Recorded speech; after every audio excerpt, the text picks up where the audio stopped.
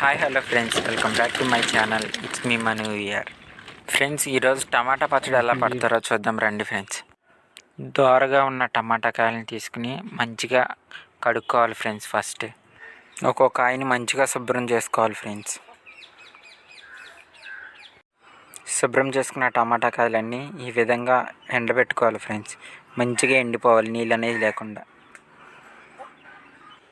కడిగి ఎండబెట్టిన టమాటా కాయలని ఈ విధంగా సన్న సన్న ముక్కలు కోసుకోవాలి ఫ్రెండ్స్.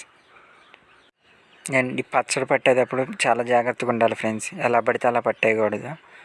మంచిగా నీట్గా క్లీన్గా ఉండాలి ఫ్రెండ్స్. ప్రతి ఒక్కటి ఈ విధంగా టమాటా కాయలన్నీ ముక్కలు కోసుకోవాలి ఫ్రెండ్స్.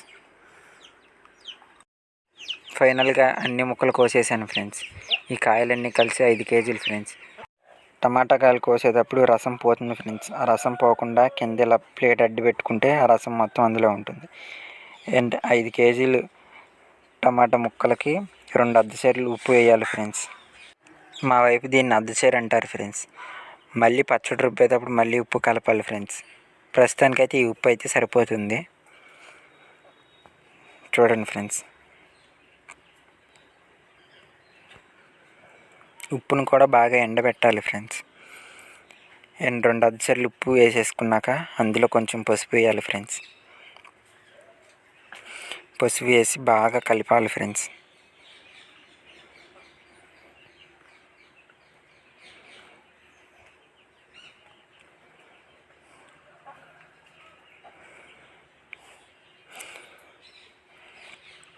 ఈ విధంగా బాగా కలపాలి ఫ్రెండ్స్. వేసిన ఉప్పు పసుపు ముక్కలన్నిటికి బాగా పట్టాలి ఫ్రెండ్స్.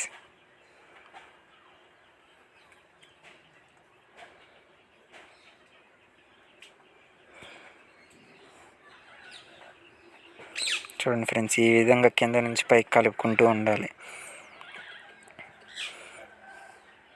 కలిపి ఒక డబ్బాలో స్టోర్ చేసుకున్నాక 3వ రోజున మళ్ళీ కింద నుంచి పైకి ముక్కలు కలపాలి ఫ్రెండ్స్.